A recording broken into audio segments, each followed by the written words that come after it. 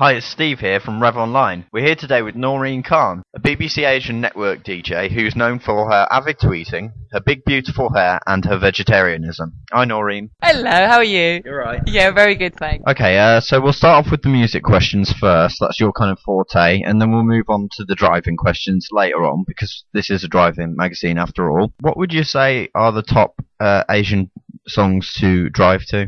Oh, there's quite a lot, but I mean, shall I give you my top 5 ultimate Asian driving tunes? Okay, we'll start with Amplifier. Amplifier by Imran Khan, I think has to be. It released back in 2009, and you know, even the video of it, you know, he's in the fast car, and the lyrics are all about the car, and he's trying to sort of get this girl to sit in the car with him, and then he's going to take her on a cruise. It's had like over 23 million hits now, I think, on YouTube. Imran Khan is like a Dutch singer. He sings in Punjabi, but the music is actually all very electro and on urban sort of dance vibe. Yeah. But so Amplifier by Imran Khan is definitely a big driving tune. Yeah. Then you've got a track called Gaddi by Jazzy B. Jazzy B is crowned, like, is called the Crown Prince of Bhangra. So he is probably the biggest Bhangra artist there is on the market at the moment. Okay. He's been going for quite a few years. And his track Gaddi is a Punjabi word meaning car. Yeah. And the track's all about just cruising around. That's probably why it's the top driving. Yeah, ultimate like Asian driving tune, yeah. So Gaddi's a big tune. Another one that I've gone for is Chamak Challo. This song actually released earlier this year, and it's actually got Akon on the vocals. All right. So Akon made his Bollywood debut on this one, and it was used on the soundtrack of a Bollywood film called Ra 1, which is the most expensive Bollywood film to date. But it's just very catchy. You know, you've got Akon on vocals, and it's just, you know, it sounds good in the car. Let's put it that way. And the next one I've gone for is a track called Gangana. Again, on a very urban vibe. It's a big Bhangra track by an artist called Dr. Zeus. Again, sounds very good in the car. And the final one I've gone for is actually a dubstep tune. Yes. Yeah, I like do you like your dubstep? I've kind of immersed myself in the dubstep culture. I like the remixes online. Yeah, that's right. I mean, and a big dubstep tune. You'll know about Chase and Status. Yeah. They did a track called Eastern Jam, which sampled a Bollywood song from a film called Devdas. So yeah, Eastern Jam, I think, because of the bass and the whole sort of griminess of it. Yeah. That sounds pretty good, you know, if you've got some good speakers. So what's your reason for choosing these tracks? I think having worked in being an Asian radio DJ now for the last 8 years, you get an idea of what songs really work. And I also do a bit of DJing, so I've got my own decks. And I don't really DJ a lot, you know, but now and again I'll DJ at private parties. And you know which songs get requested a lot. Yeah. And so, and you know, and you know, I mean, I drive a lot as well myself, so I know which songs just work in the car. And if ever we've spoken about ultimate Asian driving tunes, tracks like Amplifier, Gaddi, Gangana, they'll always come up as, oh yeah, you've got to blast that if you're cruising around. Is it kind of like that typical DJ request of Don't Stop Believing? Yeah, and like, you know, the Queen's track. What's that Queen song? That's it. That's the one. It's like the equivalent of... Like I've had the time of my life. That's right, yeah, you know, that you can really crank it up to 11 and... Yeah. Okay. And in terms of like non-Asian tracks, what would you say are your favourites? I tell you what, when it comes to I've got quite an eclectic taste. In, you know, like I said, I like my dubstep. Yeah. So I listen to like likes of Chase and Status and just loads of dubstep artists. Mount Eden. I haven't heard of them actually. They're good. They are. Okay, I will check them out. I like all my old stuff. Like I'm a big fan of Jimi Hendrix. Yeah. So I like blasting, like, you know, along the Watchtower and all like Jimi Hendrix tunes.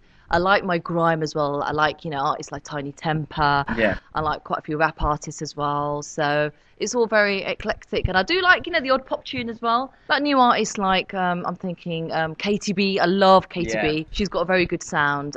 She's a little bit dubstep herself. It kind of dabbles into the whole dubstep sort of area. But yeah. Okay, Noreen, what car are you driving at the moment? When you say you drive a lot. Yeah. I've got Phantom Black Audi TT. I see. Yeah. Yeah.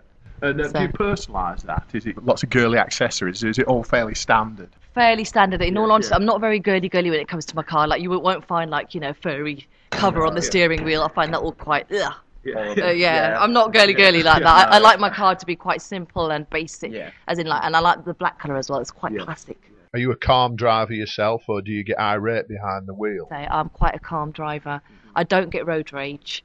I just think it's better to stay calm. And I do a lot of mileage. I mean, years ago, I was doing like 20,000 miles a good few years ago. But now that I'm settled, obviously, in Birmingham, I'd say about 10,000 a year now. Yeah, still quite a lot of mileage. So what annoys you about other drivers? I really hate it when, especially when in the motorway and people just keep braking for no reason. It's like, they just Yeah, that's true. keep doing that braking, and then you slow down thinking, is there something going on in front of them? And you think, oh, actually, no, they're just braking. There's nothing going on. That's right. I hate that.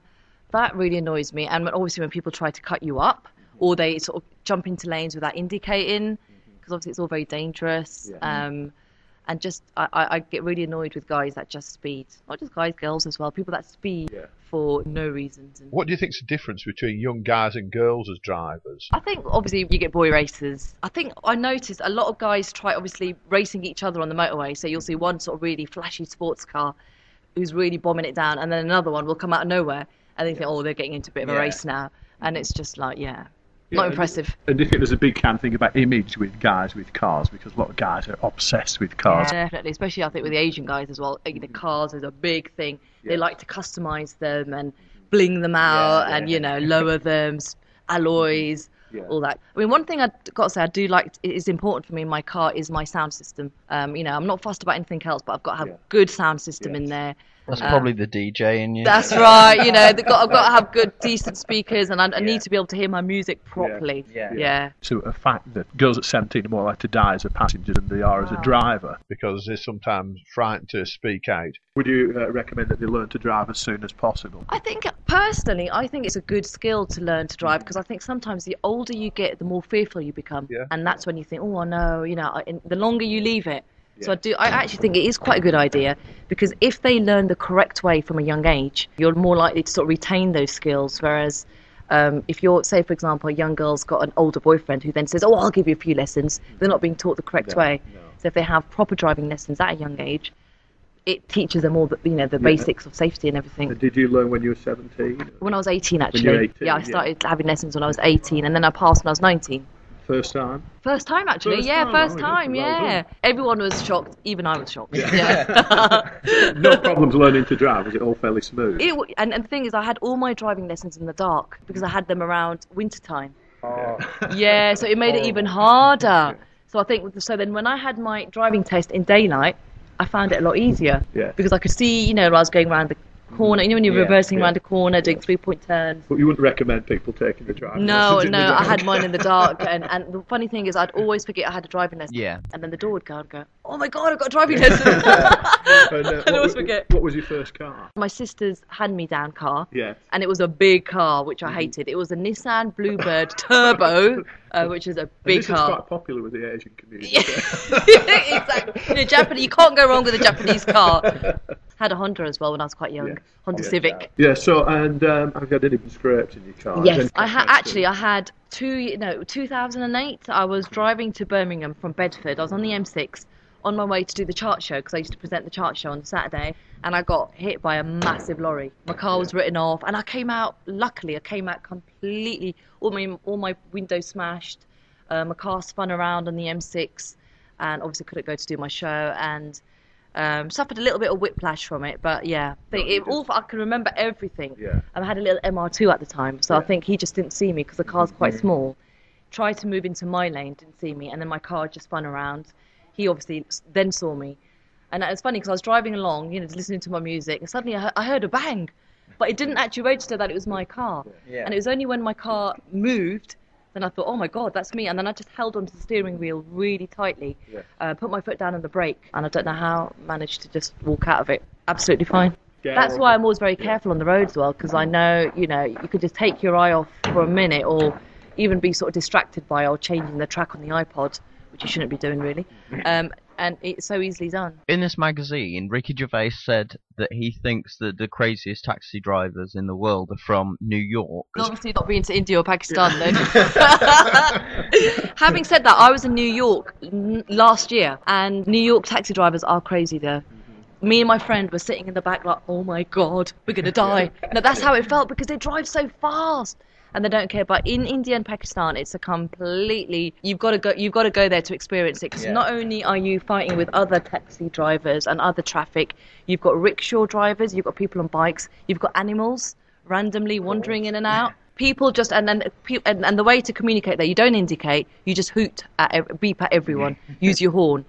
So when you're in the car, they constantly just beep, beep, beep, beep, beep to get the cows out of the way, or the dog will run into the road, or you'll get someone on a tractor, you'll get a kid on a bike, you'll have people on motorbikes, and it's just, oh my God. I was in Mumbai a few years ago in India, and I've never seen anything like it. The joke is, there's a God when you've been driving in India or Pakistan, because it's amazing how I think everyone's so alert, I think, on the roads that I'm surprised there's not more casualties, but then again, they're just so used to it and they're so careful. And what kind of driving test could they give for that? Well, this is it, and don't forget, the roads are so sometimes they're not, they're really uneven, and you've got big potholes, and some of them aren't even proper. They're not tarmacked, a lot of them, so very different. If you were stranded on a desert island, what CD would you take if you could only take one?